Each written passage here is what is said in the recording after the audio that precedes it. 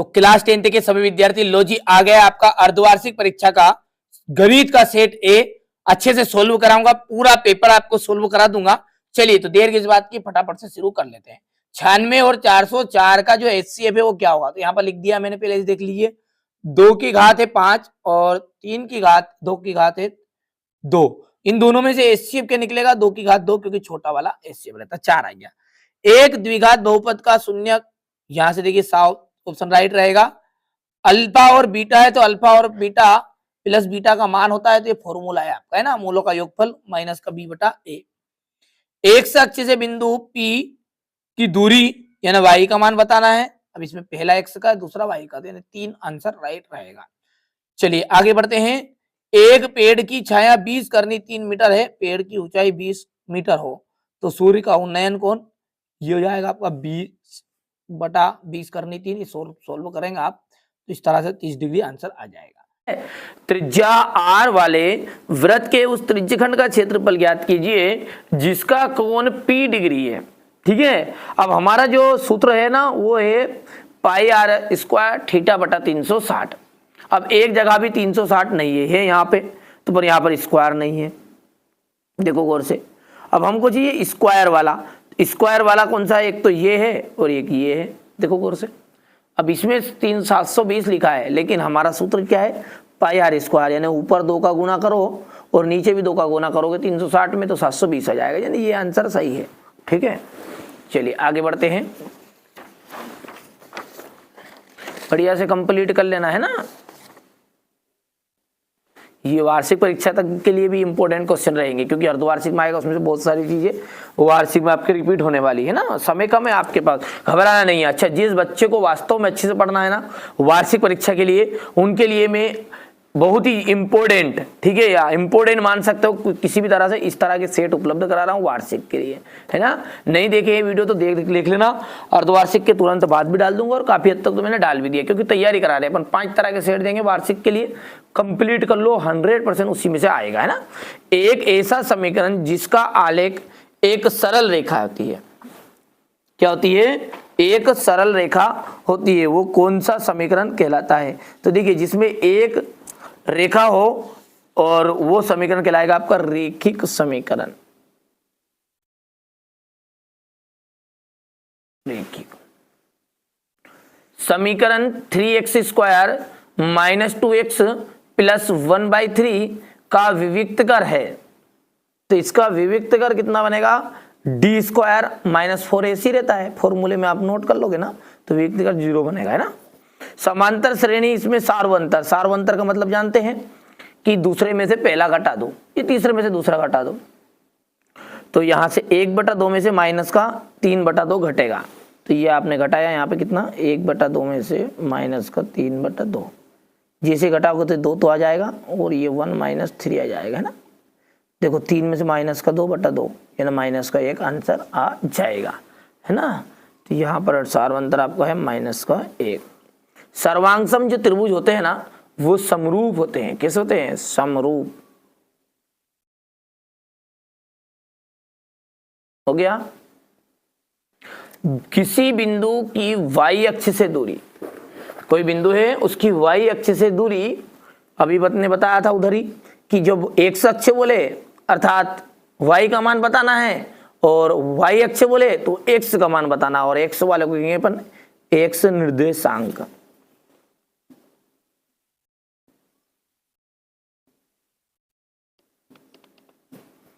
स्पर्श बिंदु से जाने वाली त्रिज्या स्पर्श रेखा पर क्या होती है, लंब होती है।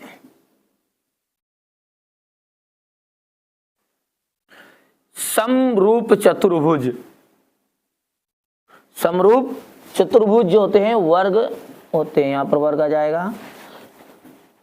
मूल बिंदु से x, y के बीच की दूरी, तो मूल बिंदु से यहां पर आ जाएगा आपका ये साइन 0 डिग्री, साइन जो 0 डिग्री है उसका मान भी 0 ही होता है। 1 + कोट स्क्वायर थीटा, ये आपकी सर्वसमीका है, इसका मान हो जाएगा कोसेक स्क्वायर थीटा। tan 45 का मान होता है 1। और शंकु का आयतन है आपका 1/3 पाई आर स्क्वायर एच। ठीक है, चलिए अब है एक वाक्य में उत्तर। एक वाक्य में उत्तर है करनी दो √2 है, करनी 2 है 0, इसका अगला पद कौन सा निकलेगा? देखिए अगला पद इसका जो आएगा वो माइनस का करनी 2 हो जाएगा। अब इसको निकालने का तरीका क्या है? इसमें से दूसरे में से पहला घटा देना और फिर आगे जोड़ देना, ये तो याद भी होगा आपको। दृष्टि रेखा की परिभाषा आपको देनी है। जो रेखा हमारी आंख को वस्तु से मिलाती है नहीं, ऐसी रेखा जो वस्तु को हमारी आंख से मिलाती है उस रेखा को हम कहते हैं दृष्टि रेखा। वृत्त के चाप की लंबाई का फॉर्मूला कौन सा है? तो वृत्त के चाप की लंबाई होती है 2 पाई आर थीटा बटा 360। ठीक है, चलिए अर्धगोले का आयतन होता है, यहाँ पर देखिए चौथा नंबर डाल देता हूँ मैं, 4/3 पाई आर क्यूब। ठीक है, अब देखिए यहाँ पर माध्यिका का फॉर्मूला है, तो यहाँ पर मैं 5वां नंबर डाल देता हूँ और बढ़िया से आप यहाँ से नोट कर लेना। माध्यिका का फॉर्मूला है ना, एम इक्वल होता है एल, वर्ग अंतराल की जो निम्न सीमा होती है, और प्लस ब्रैकेट में है n/2 माइनस है आपकी संचय बारंबारता अपॉन बारंबारता इक्वल एच। ये फॉर्मूला होता है इसका। ठीक है, चलिए आगे बढ़ते हैं, अगला देखते हैं ना। माध्यिका का फॉर्मूला ज्ञात कीजिए तो हो गया है। और समांतर श्रेणी का व्यापक रूप क्या होता है? समांतर श्रेणी का a यानी कि पहला पद और a ± 1d a ± 2d ODD से श्रृंखला चलती रहती है ना। चलिए अब प्रत्येक पूर्णांक जो होता है, प्रत्येक पूर्णांक प्राकृत संख्या होती है, तो ये आपकी बात है असत्य। प्रत्येक पूर्णांक क्या होती है? ये आपकी असत्य बात है। क्योंकि क्यों नहीं हो सकती प्रत्येक पूर्णांक प्राकृत? क्योंकि पूर्णांक में क्या होता है आपका धनात्मक और ऋणात्मक संख्या दोनों आती है, -1 -2, लेकिन हमारी प्राकृत में नेचुरल नंबर 1 से शुरू होती है, समझ गए आप, प्लस वाली चीज होती है।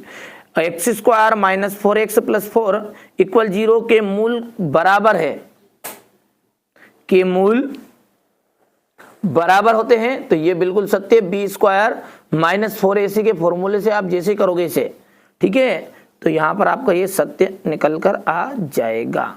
ठीक है भैया, चलिए आगे बढ़ते हैं। चलिए 1, 2, 1, 3 एक समांतर श्रेणी है क्या?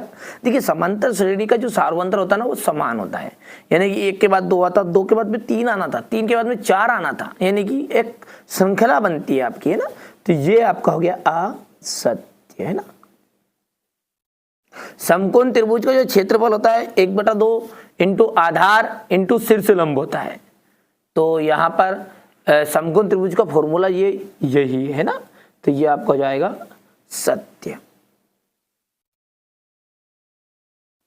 वृत्त के को 2 बिंदुओं पर प्रतिच्छेद करने वाली रेखा को हम छेदक रेखा कहते हैं। बिल्कुल सत्य बात है भाई। क्यों? क्योंकि आपका जो वृत्त है ये, और इस वृत्त को कोई भी 2 बिंदुओं पर प्रतिच्छेद करने वाली रेखा को तो हम छेदक रेखा कहते हैं। ये देखिए, है ना, तो ये आपका हो गया सत्य। और शंकु के आयतन का जो फॉर्मूला होता है ना वो होता है 1/3 पाई आर स्क्वायर एच, तो ये असत्य हो गया आपका, है ना। चलिए तो यहाँ पर लिख भी देते हैं अपन असत्य। चलिए आगे बढ़ते हैं। ये आपका प्रश्न नंबर 6, 156 को अभाज्य गुणनफलों के गुणनफल के रूप में व्यक्त करना है। इसका HCF ज्ञात करना है आपको, यहाँ से देख लीजिएगा, ठीक है। यदि आप बोलोगे तो इसका सॉल्यूशन भी आपको प्रोवाइड करा दूंगा, और वैसे आपके पास समय कम है अर्धवार्षिक के लिए। हाँ, मैंने बार बार बोला है, जो वार्षिक परीक्षा की अच्छे से तैयारी करना चाहता है उन बच्चों को मैं ना इस तरह के 5 सेट प्रोवाइड कराऊंगा, बिल्कुल 100% उसी में से आपका वार्षिक पेपर में आने वाले पेपर रहेंगे, एकदम रियल गारंटेड है, ठीक है। अब जिस बच्चे को भरोसा है ना कर लीजिएगा, ठीक है भैया। वार्षिक परीक्षा के जो एकदम रियल पेपर वो उसी रात को आते पर, लेकिन यदि भरोसा है नहीं आए तो ठीक है, तो इसलिए आप मैं जो बता रहा हूँ उसको आप कंप्लीट कर लेना, है ना। यहाँ से देख लीजिएगा, ये क्वेश्चन नंबर 8 है, ये क्वेश्चन नंबर 9 है, ये क्वेश्चन नंबर 10, ये 11 और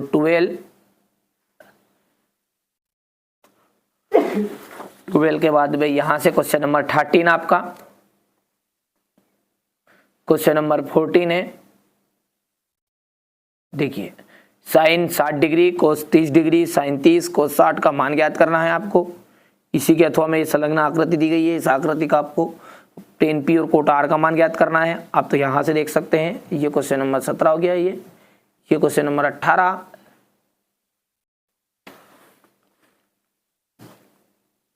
क्वेश्चन 19, ये 19 हो गया, ये 20, ये आपका क्वेश्चन नंबर 21, 22 ओके भैया। चलिए ये अंत में आपका क्वेश्चन नंबर है ये 23।